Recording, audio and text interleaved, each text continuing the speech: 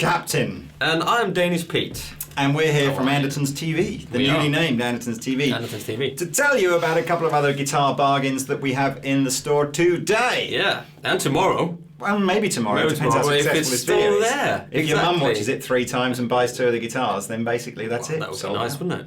Okay, so the guitars we've got here today are a couple of what are called Fender Fsrs, which stands for Fender Special Run, which is where they take a guitar from the catalogue, do a couple of tweaks to it, change a colour or something like that, add a feature, and then just do a limited run of them.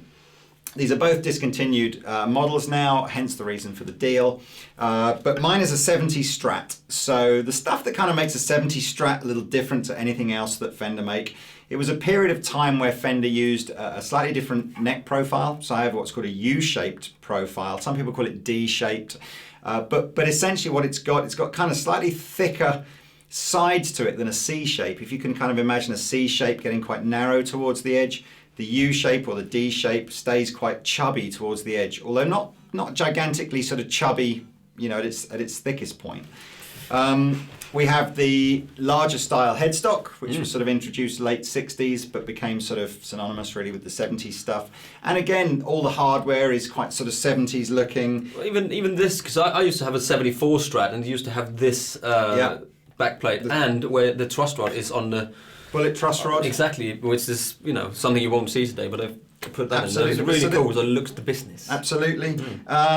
Standard kind of trem system, so the vintage style trem system. On this particular guitar, it's just a 3-way switch, so in terms of tones, I can just do neck pickup,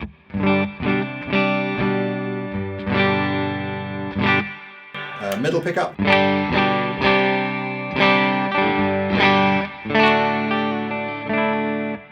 or the bridge pickup.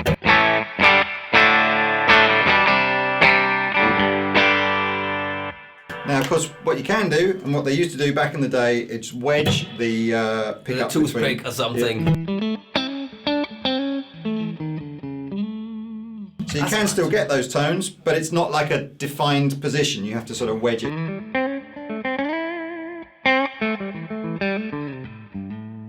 And of course, I guess you could upgrade this to a 5-way switch if you wanted to. Thin rosewood fretboard. Beautiful guitar, really. So the other thing that makes it cool, as you've probably already noticed anyway, am I in shot in this camera? I don't know if I am or not, but we have a matching black headstock. So black body, black headstock, just to kind of make it look cool. And these, when they were new, would have cost you over £1,500. And are now $8.99 while stocks last. That's really so cool, that's my guitar. That's really because my guitar is a 65, again an American vintage, 65 Strat, and the extra bits that sorry, not a Strat, is it? It's a 65 Jag. Because I'm looking at yours and I'm going, that's a Strat. So I always have a Strat. You know, I've actually got a Jazzmaster at home, which is a little bit similar to this, but not similar. Not similar. Exactly. It's a different scale length. It's a 24-inch scale length, so it's different. And the little bits that they've tweaked on this is the color, so it's a sonic blue.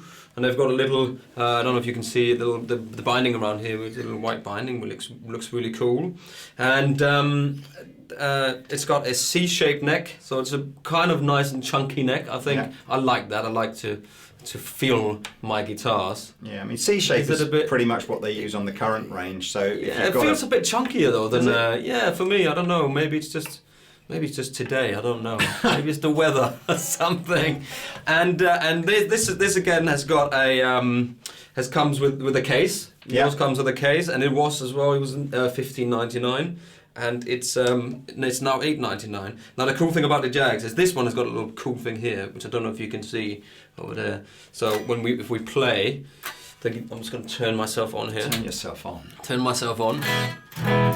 Here it comes. So this here is a little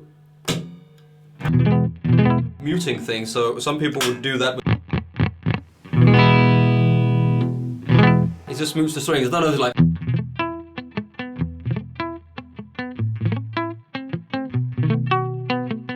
Maybe for something like that, who knows? So, totally authentic as well. That's totally authentic, and it's got a tremolo here. Yeah, with the arm is in the case. Interestingly, you never see these on the vintage guitars because the rubber would always degrade, so the rubber would never last. And I can imagine people maybe just have then taken it off and put it somewhere and then probably lost it. Yeah. Now the cool thing about the Jag is the Jaguar is that it's got two different voicings, if you will. So when we are, it's got a little switch up here. So when you're on the top one, it's basically a tone and a volume,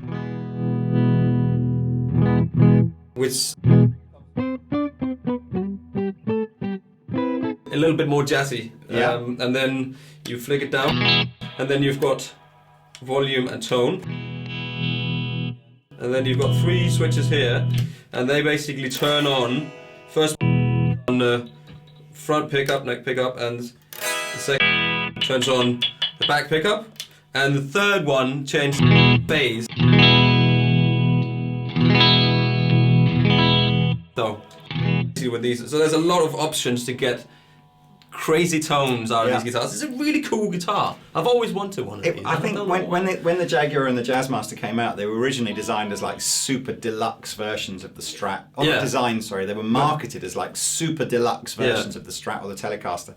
And I think they were probably overcomplicated. Probably misunderstood a little bit. And misunderstood, yeah. So they never really became that popular until kind of the big indie kind of scene, maybe of the sort of the 90s, kind of where all of a sudden Kurt Cobain. Well, he's a big prime example for this guitar. Lots of guitar players like that kind of grabbed Jaguars and Jazzmasters purely because they didn't want to have a Strat or a Tele. They wanted something different, and they're cool. They're a slightly bigger body, aren't they? Yeah, I do. I really like this binding around it here, and the pickups as well. They wound the same to be as they were in '65.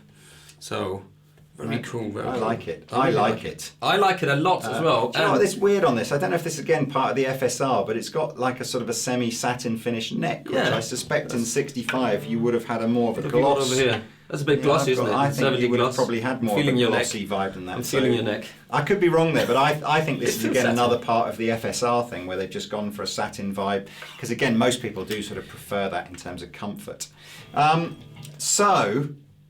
That's kind of the end really of this little offer. We have a few of these guitars in stock now. It's October now, isn't it? So if you're watching this video a month in the future, I do apologise if we've sold out of these. But I'll put a link in the description below to where you can find out more about these guitars. I think we should. So we play us out. Yeah, play us out with something. I might try and get a bit of drive or something. Yeah, let's do that. Just to sort of.